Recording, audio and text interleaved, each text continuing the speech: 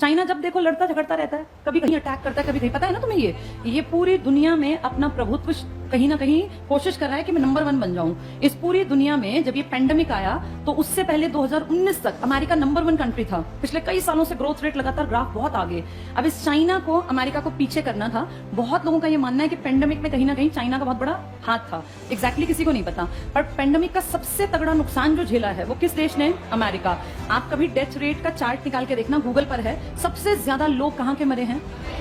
हम जैसे ना वैसे ही दुखी होते रहे, चीन हमारा दुश्मन। चीन को कोई मतलब नहीं छोटे मोटे देशों से, वो बस ये कर सकता है कि कब्जा करने के लिए हमसे लड़े, बाकी चीन और हमारा मुकाबला नहीं है। ये कड़वी सच्चाई है। आपके देश की सरकारें बेवकूफ बनाने के लिए कहती हैं कि चीन हमारा ऐसा दुश्मन, चीन ये। चीन को इंडिया से कोई मतलब नहीं। वो जानता है कि आप उसके सामने टेक्नोलॉजिकली कहीं टिकेंगे ही नहीं। वो आपके ऊपर सिर्फ अटैक करके आपकी जमीन को हड़प सकता है, बाकी उसका और आपका कोई मुकाबला नहीं है किसी भी चीज में। उसने आपके देश के घर के अंदर इतनी जगह बना रखी है कि आप चाह के भी चीन का कुछ नहीं बिगाड़ सकते। हम पता कितने बेवकूफ, हमारा देश कितना पिछड़ा हुआ है। हमें जब दिवाली आती है तो कहते हैं कि ये लड़ियां मत लगाओ। ये कहां से आती है? तुम सबके घरों में जो कंघे इस्तेमाल होते हैं ना, ये कंघे भी चाइना के हैं।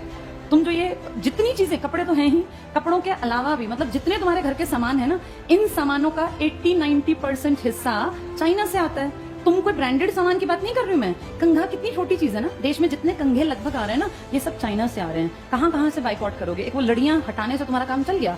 तुम जितने ब्रांड की चीजें इस्तेमाल करते हो, बिना ब्रांड की लगभग चीजें चाइना से आती हैं। ब्रांडेड तो चलो अमेरिकी हैं, यूरोपियन हैं। कपड़े देखो, जूते देखो, कोई भी चीज उठा के देख लो, जो ये जॉकी है, मोंटे कार्लो है, इनमें से इंडियन कौन है? सब विदेशी हैं। आपके जितने जूते हैं वो तो चलो बड़े ब्रांड हैं। मैं छोटी बातें कर रही हूँ। जो आजकल ये बेडशीट्स आ रही है ना, पहले हम बड़े शान से कहते थे कि हमारे देश में पानीपत एक ऐसा शहर है जिसको बुनकर नगरी कहते हैं। पानीपत की सच्चाई तुम जानते हो, सब काम फ्लॉप है, सब बंद पड़ा है। पानीपत में कोई बुनकर नहीं है आज की डेट में। सारे का सारा माल कहां से आ रहा है? ये सारी बेडशीट्स जो है ना चाइना से आती हैं, जो पानीपत से आगे जाती हैं। और हमें लगता है कि भैया हम तो पानीपत से बेडशीट ले आए, सब चाइना का माल है। हर जगह चाइना है। किसी मॉल में जाते हो, आप देखते हो लिखा होता है स्टोर 99।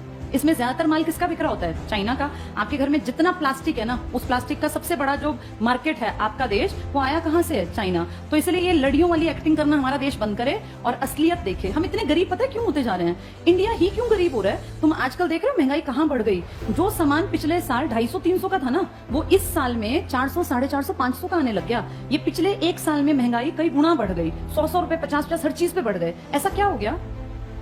ऐसी क्या दिक्कत आ गई?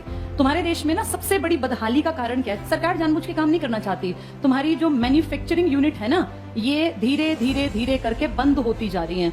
किसी देश को अगर सच में आगे बढ़ाना है ना, तो वहां मैन्युफैक्चरिंग यूनिट या बहुत सारी फैक्ट्रीज ये लगानी चाहिए, क्योंकि इनसे लोगों को रोजगार मिलता है। देश को आगे बढ़ाना है तो सर्विस सेक्टर बढ़ाना पड़ेगा, मैन्युफैक्चरिंग बढ़ानी पड़ेगी। तुम्हारे जितने अपने मैन्युफैक्चरिंग के स्टोर थे ना, जहां फैक्ट्री जहां बनता था, ये कंघे भी नहीं बनते हमसे। हड़प्पा वालों के टाइम पे कंघे हमारे पास थे, खुद बनाते थे, नाव बनाते थे। तुम आज सड़कों पे जितनी गाड़ियां देखते हो, देख रहे हो धीरे धीरे मारुति का परसेंटेज घट रहा है। पता है तुम्हें ये बात? पहले मारुति अकेली देश का एक बड़ा परसेंटेज, और मारुति अकेली नहीं थी। मारुति के साथ क्या था? सुजुकी कहाँ की है? जापान की। अब मारुति सुजुकी से ये हीरो होंडा, जापान की तो थी, हीरो मोटोकॉर्प्स जो बन गई है, उसने अपना शेयर वापस ले लिया। आप ये देखो, इसका पहले पूरे मार्केट पे धाक थी और हर घर में जो गाड़ी खड़ी होती थी वो मारुति की थी। धीरे धीरे अब गूगल कर लेना, इसका परसेंटेज पिछले 8 से 10 सालों में घट गया, नीचे आ गया। और अब बाकी जो ब्रांड है ना, इनका परसेंटेज धीरे धीरे बढ़ने लग गया। अब जितनी सड़क पे गाड़ी चलती है तो अलग अलग देखो, अलग अलग कंपनीज की हैं। तो ये सब चीजें जो बाहर से आ रही हैं, आप सोचो जूते ब्रांडेड पहनने लग गए, कपड़े बाहर के आने लग गए, आपकी कंघी भी बाहर की आ रही है। कितना सामान आपका बाहर से, यानी आपकी मैन्युफैक्चरिंग यूनिट बढ़ रही है या खत्म हो रही है? देश को आगे बढ़ाना है तो सबसे बेसिक है कि आपके पास कौन सी यूनिट लगी हुई हो? मैन्युफैक्चरिंग। और आपको ना चाइना ने इतने बड़े लेवल पे बेवकूफ बनाया हमारे देश को, हमें पता ही नहीं चला। आम आदमी इतना पढ़ा लिखा है नहीं। चाइना ने आपके देश में आज से एंट्री नहीं की। चाइना और आप इकट्ठे आगे बढ़ने लगे थे। इनफैक्ट NCERT की किताब में ये लिखा है, 1950 में हम और चाइना बराबर थे। वो हमसे बहुत आगे नहीं था। आप भी अच्छे देशों में थे, अच्छे इन द सेंस आपके अंदर कैलिबर था। 1950 से और आज हम 2022 में हैं। चाइना दुनिया का नंबर 1 देश है और भारत अपनी गरीबी से जूझ रहा है, भ्रष्टाचार से जूझ रहा है। भारत हर घटिया चीज में टॉप में रहता है, चाहे भ्रष्टाचार की लिस्ट बन ले या कोई इस तरह की लिस्ट, उसमें आप सबसे पीछे हो गए अच्छी लिस्ट में, और खराब लिस्ट में आप टॉप 5-7 में आ जाओगे। ये हमारे साथ से इतना आगे कैसे बढ़ा? इसने अपने यहाँ मैन्युफैक्चरिंग की ढेर यूनिट लगाई और इसने पता क्या किया? भारत जैसे देश को, जो ये जानता था कि मेरे बाद आबादी में सेकंड है, जैसे आबादी होना फायदा है या नुकसान है? कैसे फायदा है? नुकसान है। बचपन से पढ़ाया गया बढ़ती जनसंख्या क्या था, किस चीज का कारण बनी थी? बेरोजगारी का, प्रदूषण का। गलत पढ़ाया। बढ़ती जनसंख्या एक असेट है। असेट का मतलब समझते हो? क्या होता है असेट?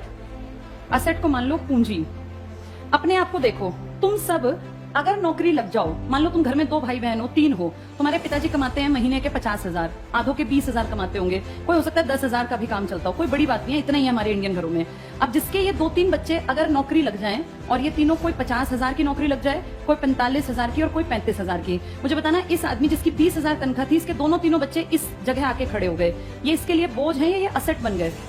तो पूरा भारत क्यों नहीं असेट बन सकता? ये चाइना 1950 में हमारे बराबर था। आज आप जब मेडल्स की लिस्ट देखते हैं तो हर चीज में ये आगे है, टेक्नोलॉजी में, सामान में। आपको पता है ना, जो ये ओलंपिक हुए थे इसमें भी टॉप में था, पता है ये बात तुम्हें? अमेरिका, चाइना टक्कर लेता है, सारे ताकतवर देश, और आप सबसे नीचे की लिस्ट में। तो भला हो लास्ट डे जो ये 7 अगस्त को बेचारे नीरज चोपड़ा की मेहनत रंग ला गई, नहीं तो तुम्हारे देश में था ही क्या? गोल्ड तो 0 था हमारा। ये एक इकलौता जिसपे हम इतने चौड़े हुए घूमते हैं कि इंडिया तो पता नहीं क्या है। हम देखते किसको है? पड़ोसी पाकिस्तान, जिसका हमेशा टेली में 0 नंबर है। हम अमेरिका, चाइना को नहीं देखते। चाइना ने अपनी पूरी पॉपुलेशन को क्या बना दिया? इसने ये सोचा जब जनसंख्या ज्यादा है ना, तो हर एक आदमी कीमती होना चाहिए। मेरा हर इंसान जो इस देश में, या तो वो खेल में निकल जाए, या वो प्रोडक्शन में आगे निकल जाए, मैन्युफैक्चरिंग यूनिट में, या वो बिजनेस कर ले, या वो अच्छी नौकरी कर ले। हमने क्या सोचा? बचपन से मुझे याद है हमेशा पढ़ाया गया, बढ़ती जनसंख्या एक अभिशाप है, बढ़ती जनसंख्या से बेरोजगारी बढ़ती है। यही पढ़ा ना, बचपन से दिमाग में ठूस दिया कि बढ़ती जनसंख्या बोझ है। चाइना ने अपने हर बच्चे को सिखाया कि हर किसी को असेट बनना है। जो हमारे साथ, तुम्हारे साथ जो बच्चे बड़े हुए ना, वो चाइना में तो पॉजिटिव चीजें सोच के बड़े हुए, और हमारी पीढ़ी ये सोच के कि बढ़ती जनसंख्या, बढ़ती जनसंख्या, तभी तुम पीछे रह गए। इस चाइना ने प्रोडक्शन यूनिट लगा के अपनी मैन्युफैक्चरिंग, और आपके देश को देखा कि ये सबसे ज्यादा बेवकूफ हैं और ये सबसे बड़े कंज्यूमर हैं। क्योंकि अगर आपके यहाँ कंघी बिकने लग गई तो एक परिवार में अमूमन 2 से 3 कंघे तो रखता ही है हर आदमी। आपका देश है 150 करोड़ का, तो आप सोचो हर परिवार में कितने परिवार होंगे, और वो सब कंघी। कंघी बकवास बात होती है, लेकिन इसके पास करोड़ों रुपए गए ना आपके, और किस चीज के लिए? जिसकी कोई वैल्यू नहीं। इसने आपके देश को डंपिंग का बाजार बना लिया। डंपिंग का मतलब होता है, इकोनॉमिक्स में एक टर्म है। शुरू में इसने आपके देश में कदम कैसे जमाए? आपके यहाँ एक पॉलिसी आई थी एलपीजी, लिबरलाइजेशन, प्राइवेटाइजेशन, ग्लोबलाइजेशन। शुरू में ना आपके उद्योग धंधे बहुत खराब थे, मतलब बहुत ही निचले स्तर के, कोई ब्रांड हमारे यहाँ नहीं था, और हर चीज बकवास थी। हमने 40 साल वेट किया, 1947 से 1990 आ गया। तो ये सोचो 40 साल कि शायद इंडियन सुधर जाएं, कुछ अच्छा प्रोडक्ट बना ले। अच्छा नहीं सुधरे, बकवास जूते, बकवास कपड़े, हर चीज बकवास। फिर 1991 में हमारे ऊपर प्रेशर आया पूरी दुनिया में, WTO का, वर्ल्ड ट्रेड ऑर्गेनाइजेशन का। इसने कहा भाई दुनिया बदल रही है, मार्केट खुला छोड़ दो, जिस देश को जहां सामान बेचना है बेचो। हम भी इसके मेंबर थे, हमारे ऊपर भी प्रेशर आया, और फिर हमने अपने लोगों को कहा देखो भाई, अब दुनिया के लोग आएंगे यहाँ कपड़े बेचने, जूते बेचने, तुम में काबिलियत हो तो तुम्हारा सामान बिकेगा, नहीं तो बंद होगा, सुधार लो। एक आधा साल और दिया, लेकिन हमारे इंडियन प्रोड्यूसर्स ने कोई ध्यान नहीं दिया, और देखते देखते हमारे मार्केट में किन लोगों की एंट्री हो गई? China, America, European country, Australia, Germany, Britain. और जब इनका सामान आया ना, तो इनके सामान की क्वालिटी बहुत हाई थी और आपके सामान की क्वालिटी बिल्कुल बेकार। तो अब जो अच्छा, इन्होंने एक चालाकी और की, इन्होंने अपने सामान की उस टाइम कीमत क्या रखी? बहुत। इन्होंने सोच लिया कि हमें नुकसान हो जाए, लेकिन इन इंडियंस को हमारे सामान की आदत पड़नी चाहिए। एक बार ये आदी बन गए ना, फिर ये हमारे ग्राहक हैं जिंदगी भर, और इनके अपने बिजनेस फ्लॉप हुए तो हमारा ही सामान बिकेगा। आबादी बहुत बड़ी है। अब सोचो अमेरिका किसी 50 लाख की आबादी वाले देश में बिजनेस करे तो उसका कितना बिजनेस चलेगा? सब खरीदे तब भी कुछ नहीं बिकेगा। आपके देश में अमेरिका का कोई सामान बिकने लगे तो आप कितने करोड़ प्लस लेके बैठे हैं? अब 150 करोड़। अगर अमेरिका को 1-2 साल, जियो की तुम्हें ट्रिक समझ में आती है? जियो ने क्या किया पता चला तुम्हें? क्या किया जियो ने? पहले सस्ता, फ्री, पहले सबसे पहले फ्री से क्या हो गई? लोगों को आदत पड़ गई। पहले कभी किसी गरीब आदमी के दिमाग में भी नहीं था कि मोबाइल लूंगा। इस फ्री ने उस गरीब को ग्राहक बनाया। जैसे पहले वो जाल में फंस गया, अब उसको इतने दिन तक फ्री दिया कि उसको हैबिट पड़ जाए कि मुझे गूगल तो छोड़ो, ये क्या है, ये सोशल साइट्स की भैया, व्हाट्सएप, टिकटॉक, खासकर ये सब चीजें, फेसबुक, और अब ये सब इतनी आदत पड़ गई कि अब वो ग्राहक हैं। आज इंडिया में लगभग हर किसी के हाथ में मोबाइल है।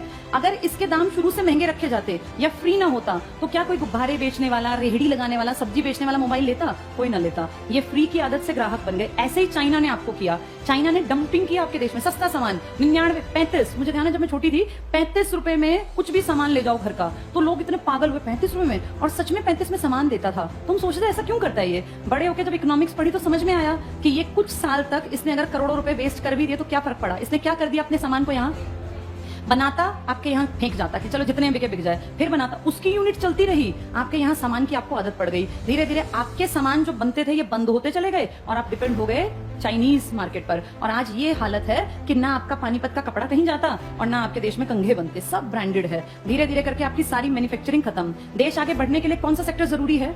मैन्युफैक्चरिंग। इसीलिए आपका देश रोज और गड्ढे में गिरता जा रहा है। अब कोई भी सरकार है, सब झूठे हैं, आम आदमी पार्टी है, मोदी जी हैं या फिर अपने ये राहुल गांधी, ये सब बकवास कर रहे हैं, सब दिखावटी बातें करते हैं। रियलिटी इकोनॉमिक्स ये बताता है कि जब तक भारत में मैन्युफैक्चरिंग यूनिट्स बहुत ज्यादा नहीं बढ़ेंगी तब तक आपके देश की प्रगति नहीं हो सकती। और किसी को मतलब नहीं है मैन्युफैक्चरिंग से, सबको अपने पेट भरने से, अपनी जेब भरने से मतलब है। तो जिस दिन ये फैक्ट्रीज और ये सब दोबारा लगेंगी ना, तब देश आगे बढ़ेगा, वरना नहीं।